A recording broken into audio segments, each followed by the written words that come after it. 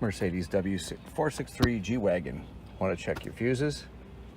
This isn't your father's Oldsmobile. This is nothing else in the world to change fuses on. You actually have to do some work. It actually says in the owner's manual, recommended to be done at the dealership. Wood or plastic pry tool. Do not use a screwdriver. Right under here in the front. This is one of 3 fuse box locations. This is where you start. Underneath the lip, pry it out. Again, something plastic or wood that is not going to mar the dashboard there. Pop this out. Again, this is step 1. Why is this step 1? Right in here you have a little piece of paper. This is your little fuse box pamphlet. You're going to open that up and it will tell you what all the fuses are in the car. And there's a lot of them. And there's 3 different places for them. Anyway, won't bother opening this up. It's a fuse box diagram. It tells which fuses are which. Second fuse panel you're going to have to take is like underneath the center tunnel. Third fuse panel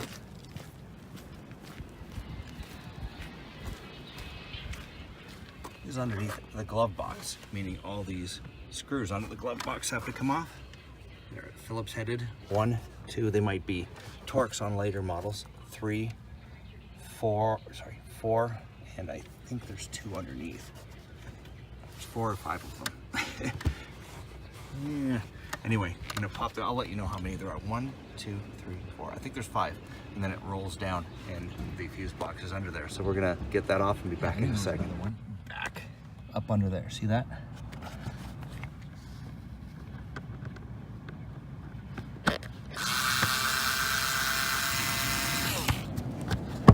I'll just keep this camera running.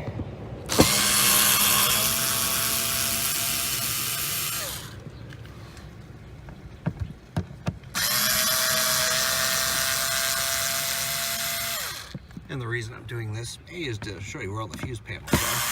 I've got a secret lighter fuse that is out. And my puddle lights underneath the door, the ones underneath that come on when you open the door, and also the ones underneath the mirrors don't come on. So, I'm assuming fuse. Okay. Should gently pop down. Did I miss something? Did I pull that screw out? I did.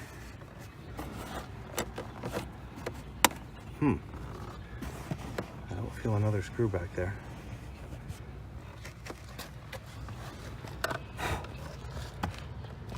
There's the fuse box right there. So let me figure out why this is sticky under there. And I'm not yanking on anything that doesn't feel like it's just going to come out easily. And be okay, back in a found it. second. One last screw. Once this cover is off, there's one last screw under there.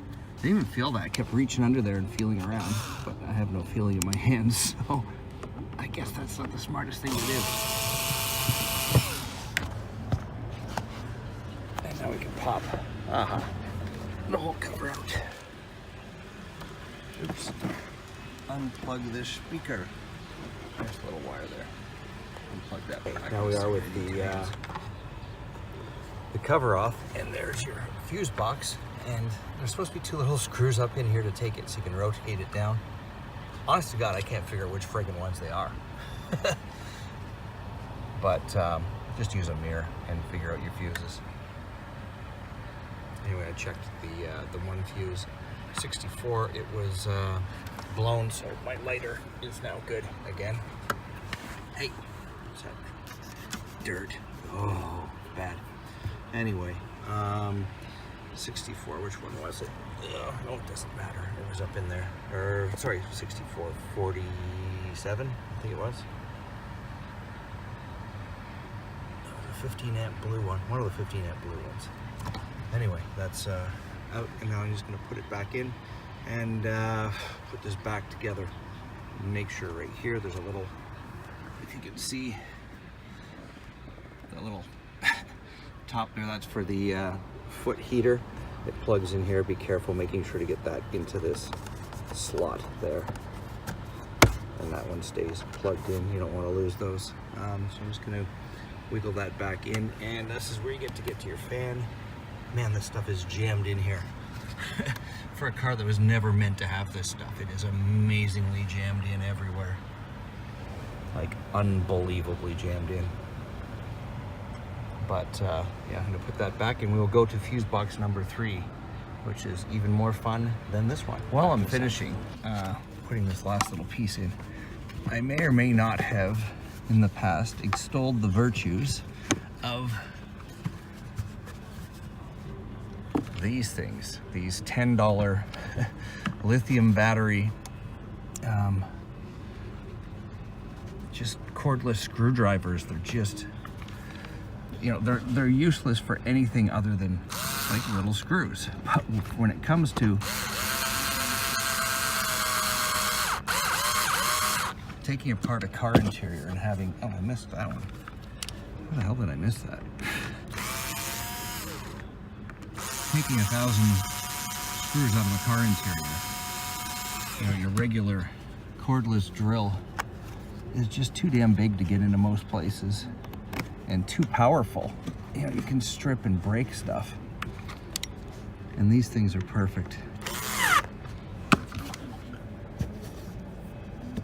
So anyway, let me get this last screw in here. Yeah, I need 2 hands. Oop, pop under. Actually, I don't need 2 hands, I need 1 hand. And we will get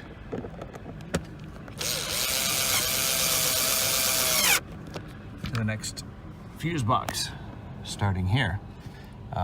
First thing you have to do is put both seats back, and I'll show you why in a second. So you'll push both of your seats as far back as they can go. Okay, seat back's on. We're going to do this on both sides. So seat is as far back as it can go, and on the inner track, there's a little clip here that goes over top of the teeth, so it doesn't allow, keeps the seat from moving all the way forward. It's going to be greasy. You're going to pull that off. Do that on both sides. Pull both of them off. So I'm going to take the driver's side one off. Sorry, brain fart. There's one on the inner and outer on both sides. Wasn't even thinking. So I've got the driver's side, both of them off. I'm just taking this one off.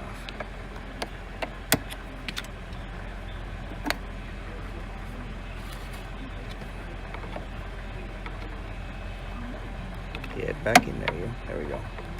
It's just spring-loaded, that little catch. And now we're going to take the passenger seat and move it all the way forward. Let's get our screwdriver.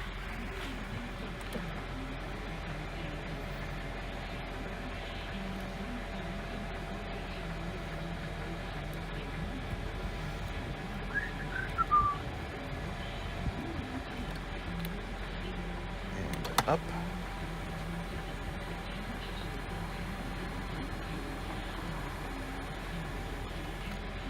And go in the back door. And you're going to find, oh, I didn't think these would be flathead. They are.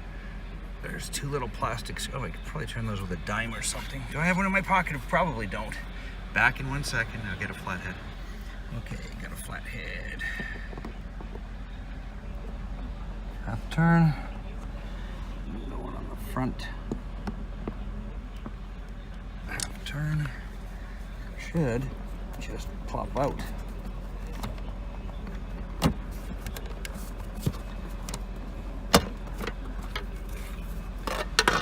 And there's your last fuse panel.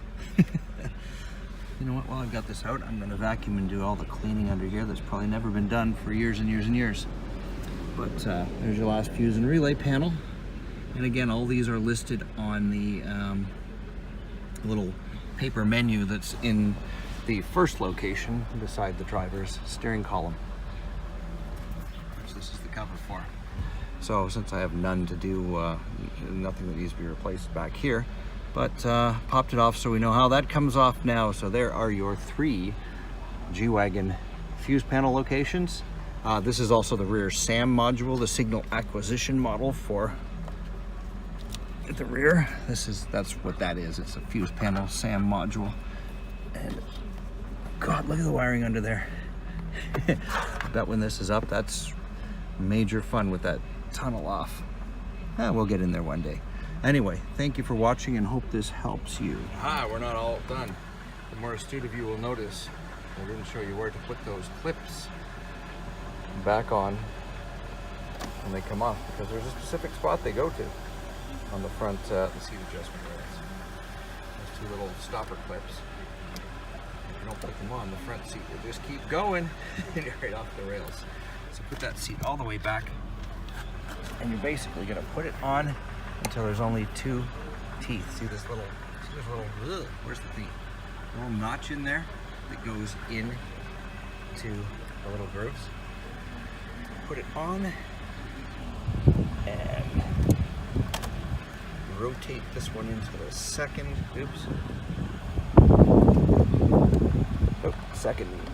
So there's two grooves showing, two open slots, and then push down. So there's two open slots. Match it up both sides, same with front and back, and you're done. Don't forget, little paper tab should be facing out. It keeps it from pushing all the way in and being lost forever. That's it. Thank you for watching.